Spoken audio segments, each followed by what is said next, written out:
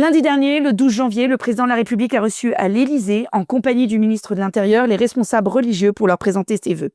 La cérémonie annuelle, qui se voulait sur le ton de la conversation, semble avoir été courtoise. Pourquoi ne l'aurait-elle pas été ? Ces événements sont particulièrement convenus. Ils ne sont pas l'occasion d'échanges informels et francs. Ils appartiennent au rituel républicain qui permet à notre pays de réguler les relations entre ses institutions. Mais sous des discours attendus, l'observateur un peu attentif peut parfois y déceler quelques inflexions dans la politique menée par les autorités politiques et dans les réponses apportées individuellement par les corps constitués ou dans les indiscrétions qui fuitent dans la presse, quelques rappels à l'ordre à destination du pouvoir. Visiblement, lundi, les choses se sont déroulées avec l'amabilité habituelle. Emmanuel Macron a tenu un discours d'un classique absolu, rappelant, je cite, la loi de 1905, qui ne doit pas être instrumentalisée contre un culte en particulier ou pour effacer l'expression religieuse de l'espace public. Il a aussi insisté sur la, je cite, nécessité pour la société que la religion puisse s'exprimer dans les débats nationaux, pas plus ni moins que les autres acteurs, notamment sur la fin de vie. Enfin, il a insisté sur le fait que, je cite une dernière fois, la présence de toutes les religions est bénéfique pour la République, pour l'accomplissement des libertés, pour le maintien de la paix civile dans le pays. Bref, rien de bien étonnant si l'on met la pression qu'Emmanuel Macron met pour que la loi sur la fin de vie soit votée au plus vite. Le message peut être résumé ainsi. Toutes les religions sont importantes, elles sont utiles à la vie sociale, à condition qu'elles n'outrepassent pas leurs fonctions.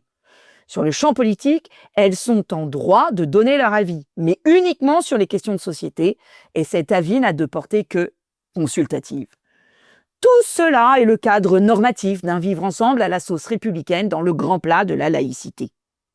Mais dans ce discours, le président de la République a annoncé des assises nationales sur les actes antireligieux au printemps, après les élections municipales. Déjà en 2022, une mission ministérielle avait été confiée à 2 députés de la majorité sur le sujet et déjà à la demande du président de la République.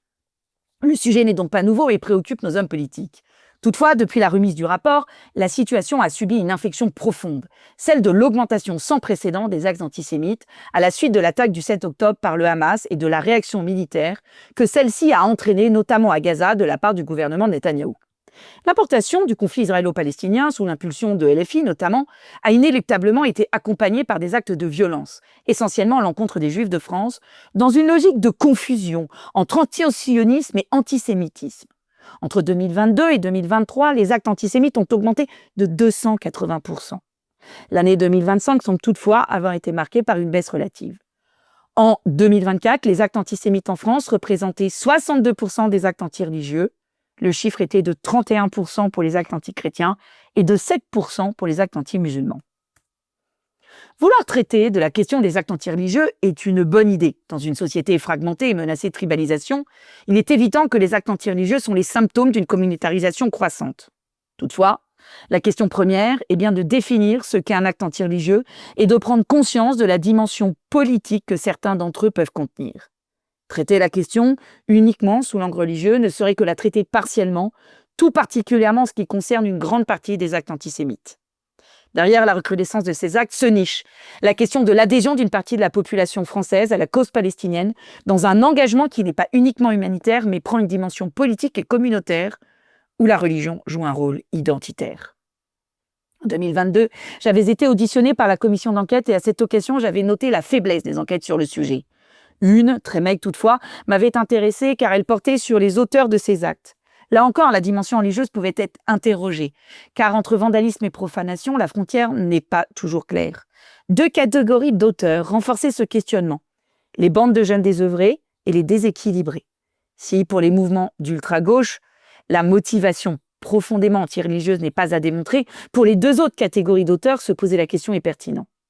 Car si l'objet ou la victime de ces actes peut être choisi pour sa fonction symboliquement religieuse et participe de la qualification de l'acte, la motivation, elle, est plus complexe et composite. Elle s'appuie sur d'autres leviers plus larges, comme la perte du respect pour ce qui est sacré, le mépris pour l'héritage patrimonial et culturel reçu, la perception communautariste de la société, et pour les quartiers populaires en périphérie des grandes agglomérations, une conception territorialisée de l'espace public.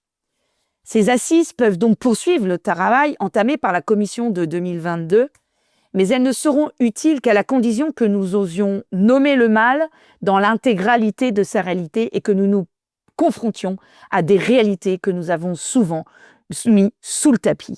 Enfin, je dis ça, je dis rien.